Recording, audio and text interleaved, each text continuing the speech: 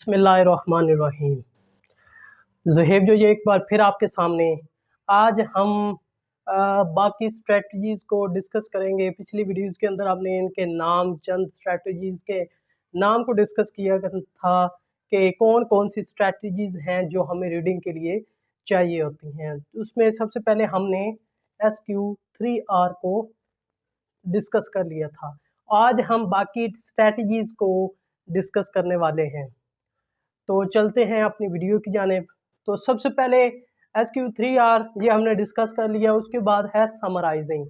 Summarising मतलब कि कोई भी एक लार्जेस्ट या एक लार्ज सेक्शन है, लार्जर सेक्शन है, जब आप उसको मेन पॉइंट्स के अंदर या एक एसेंशियल की आइडियाज़ के अंदर कन्वर्ट कर देंगे, छोटे छोटे आइडियाज़ में मेन पॉइंट्स के अंदर, जिस तरह के जनरल एक आइडिया है उस फॉर्म में हम ले आएंगे, तो वो क्या कहलाएगा, वो समराइजिंग होगा। लाइकवाइज अगर कोई स्टोरी है या कोई भी एक टेक्स्ट है, क्योंकि टेक्स्ट पढ़ना एक बहुत डिफ़िकल्ट काम होता है। मतलब अगर कोई भी नावल, लाइक नावल ले लें या ड्रामा ले लें या कोई भी ऐसा टेक्स्ट, क्योंकि वो तो पेजेस 10,000 1200 या जितने व्हाटएवर जितने भी होते हैं पेजेस, तो उस टेक्स्ट को पढ़ना जो है वो बहुत ज़्यादा मुश्किल होता है। एक तो टाइम ज़्यादा लगता है और आजकल वैसे भी लोगों के पास कहाँ टाइम है किताबों के लिए। तो उसके लिए जो मेन स्ट्रैटेजी बनाई गई बहुत अच्छी, वो समराइजिंग।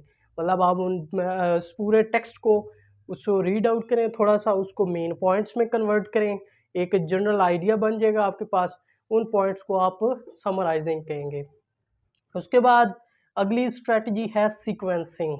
सीक्वेंसिंग मतलब एक तरतीब से एक ऑर्डर में जो है ना, अपने टेक्स्ट को, अपने पॉइंट्स को या अपने जो भी आपने व्हाटएवर जो भी करना है उसको लिखना। लाइकवाइज अगर हम कोई एक पैराग्राफ लिख रहे हैं या कोई ऐसे लिख रहे हैं, ठीक है, या किसी भी टॉपिक पर, किसी भी आर्टिकल के पास के बारे में हम कुछ लिख रहे हैं, तो उसमें क्या करते हैं, सबसे पहले हम एक सीक्वेंस देखते हैं। सबसे पहले हम कहते हैं फर्स्टली इंट्रोडक्शन, सेकेंडली उसके बारे में कुछ बता दिया उसके रेलेवेंट, फिर हम कहते हैं थर्डली, ठीक है, उसके बाद फोर्थली और लास्टली या फाइनली, या इसमें हम वर्ड्स इस्तेमाल करते हैं फर्स्टली या फिर नेक्स्ट, देन, ठीक है। तो ये वर्ड जो हैं ये आपके सीक्वेंसिंग में आएंगे, तो एक तरतीब से, एक ऑर्डर से लिखना। उसके बाद हमारा जो फोर्थ रीडिंग स्ट्रेटजी है वो है इन्फ्रेंसिंग। इन्फ्रेंसिंग क्या है? इन्फ्रेंसिंग बोले तो कंक्लूजन बेस्ड ऑन एविडेंस। मतलब एक कंक्लूजन लिया आपने, उसको किस बेस पे? एविडेंस के बेस पर जब हम उसको कंक्लूजन को लेंगे तो वो इन्फ्रेंस होंगे। लाइकवाइज अगर कोई कहता है कि एक बहुत ज़्यादा ठंड है, ठीक है, एक ठंड का मौसम है, ठीक है, मिडल चल रहा है, बर्फ़बारी हो रही है, स्नो चल रही है, बाहर स्नो फॉलिंग हो रही है, तो एक बंदे ने बाहर जाना है, ठीक है, रूम से बाहर या घर से। तो एक बंदा इन्फर करता है, मतलब गेस करता है कि इस बंदे ने जो है ना बाहर जाना है, तो इसने कोट पहन के जाना है क्योंकि ठंड है और बर्फ़बारी हो रही है, ठीक है। तो ये होता है इन्फ्रेंसिंग, इन्फर करना, ठीक है। लेकिन ये क्या है, ये एविडेंस पे बेस होना चाहिए। उसके बाद पांचवी है हमारी कंपेयरिंग एंड कंट्रास्टिंग। अब कंपेयरिंग क्या होता है और कंट्रास्टिंग? कंपेयरिंग क्या है? मतलब जो दो या दो से ज़्यादा सिमिलर थिंग्स या अलाइक थिंग्स जो हैं उनको हम कंपेयर करते हैं, ठीक है, उनको कंपेयरिंग कहते हैं। और जो डिफरेंसेस होते हैं उसको हम कंट्रास्ट कहते हैं।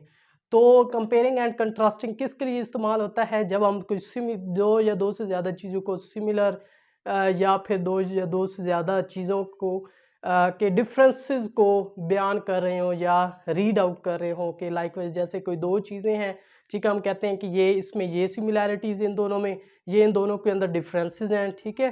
तो ये मतलब इनको हम कंपेयर और कंट्रास्ट कर रहे होते हैं। कोई भी आप चीज़, किसी भी टॉपिक या किसी भी चीज़ को जब हम कंपेयर और कंट्रास्ट करते हैं, उनके डिफरेंसेस और उनकी सिमिलैरिटीज़ को बयान करते हैं, तो वो हमारा कंपेयरिंग एंड कंट्रास्टिंग स्ट्रैटेजी होगा। उसके बाद the six one is drawing conclusions. ये एक ड्राइंग कंक्लूजन्स ये रिलेट करती है इसके साथ, इन्फ्रेंस के साथ। जैसे कि इन्फ्रेंसिंग में हमने क्या बताया, भाई कोई बंदा जो है इन्फर कर रहा है, ठीक है, गैस लगा रहा है, ठीक है, कि मतलब कि कोई, जैसे कि हमने एक एग्जांपल ली कि एक बंदा बाहर जाना है उसने, ठीक है, बाहर ठंड है, मिडल उसका चल रहा है, विंटर का मिडल चल रहा है और बाहर स्नो फॉलिंग हो रही है और बंदा जो है वो कोट पहन के जाएगा, ठीक है। अब इसका जो इस इन्फर करने का जो कंक्लूजन आएगा, ठीक है, वो क्या, वो ड्राइंग कंक्लूजन कहलाएगा। एक और एग्जांपल हम ले लेते हैं, जैसे कि एक बंदा है, एक बूढ़ा आदमी है, स्टोर के अंदर खड़ा है, तो वो एक चीज़ को घूरे ही जा रहा है, घूरे ही जा रहा है, घूरे ही जा रहा है। तो दूसरा एक बंदा देखने वाला जो है, वो क्या करता है, वो उस बंदे को गेस करते, इन्फर करता है कि इस बंदे को ये शेल्फ पे पड़ी हुई ये चीज़ चाहिए जिसको घूरा जा रहा है, ठीक है। अब उसका जो नतीजा आएगा, ठीक है, कंक्लूजन निकलेगा, वो आपका क्या कहलाएगा, ड्राइंग कंक्लूजन। आई होप कि आपको यहाँ तक ओके हो गया होगा। अगली स्ट्रैटेजी हमारी सेवंथ, वो है सेल्फ क्वेश्चनिंग, ठीक है। तो जिस बंदे ने भी, जिस स्टूडेंट ने कोई रीडिंग करनी है, कोई भी, लाइक वैसे कोई शॉर्ट स्टोरी पढ़नी है, कोई नावल पढ़ना है, कोई टेक्स्ट पढ़ना है, किसी भी चीज़ का, तो उसको पढ़ने में बड़ा दुश्वारी होती है। वो कहता है मैं भाई अब ये कैसे पढूं, मेरे से तो पढ़ा नहीं जाएगा। तो अब उसको क्या करना चाहिए, सेल्फ क्वेश्चनिंग, ठीक है। मतलब अगर वो पढ़ रहा है, क्वेश्चन के अंदर वो अपने आप से सवाल करेगा कि ये टाइटल इसने, इस राइटर ने ये टाइटल क्यों दिया, ठीक है। फिर आगे जो है वो पढ़ता जाएगा, उसके जहन में आएगा कि ये मिसाल राइटर ने क्यों इसके अंदर डाली, ठीक है। फिर इसी तरह उसके जहन में जो है ना क्वेश्चन आना शुरू हो जाएंगे। तो ये होती है self questioning, very important strategy है।